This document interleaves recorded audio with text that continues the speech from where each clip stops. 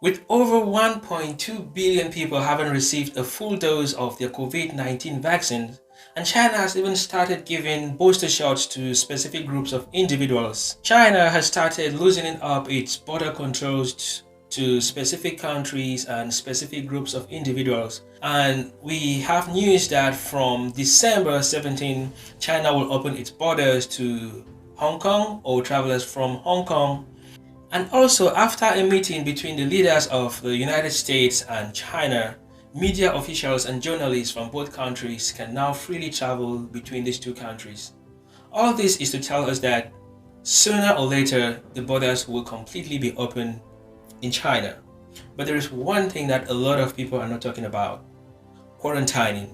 We know that China has one of the most complicated quarantine regimes in the entire world. Different cities, different provinces have different policies as far as quarantining is concerned, and also different political and social events and also different outbreaks can further complicate the whole quarantining system.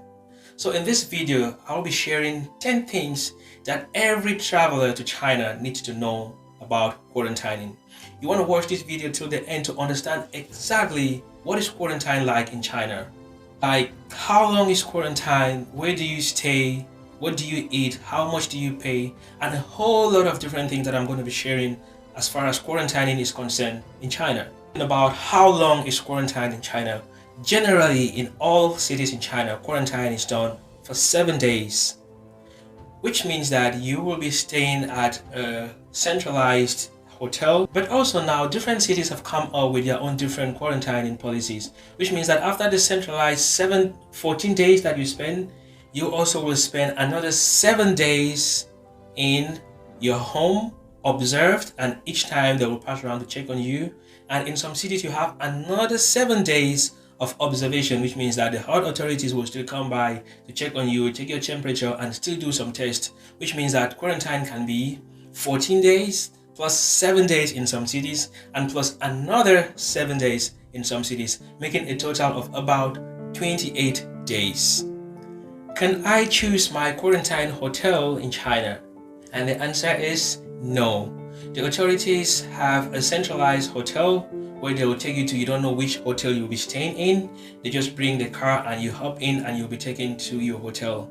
And in some cities, it costs about 350 yuan per night. So if you have to stay for 14 days, you have to multiply that by 350 yuan.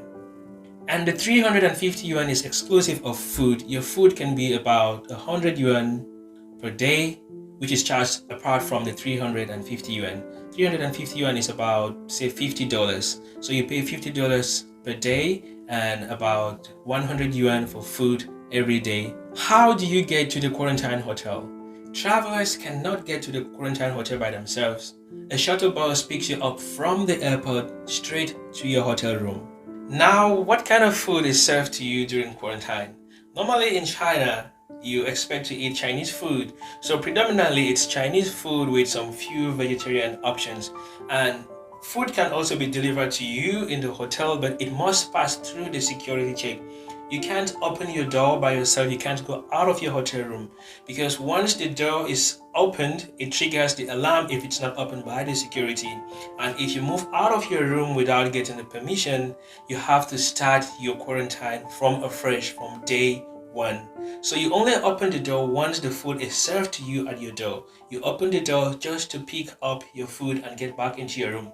For the 14 days that you stay in the hotel room, you don't have to move out.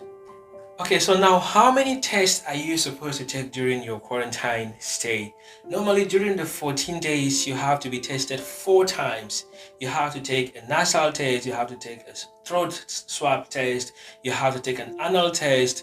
So it depends on which city you are in. Some cities will do it 4 times during the 14 days. And also when you're doing the home quarantining for 7 days, you also have to take the test twice. And they can also come into your house to get samples from surfaces of things around the home and also do the test with.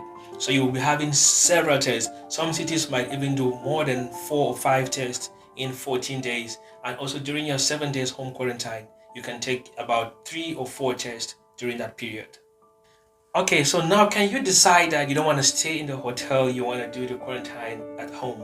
Well, here in this case, they are given privilege to maybe pregnant women or people who are sick or people who are physically challenged or maybe people who are less than 14 years or above 70 years old. Some of them are given the privilege to do the quarantine at home, but under the same check and scrutiny.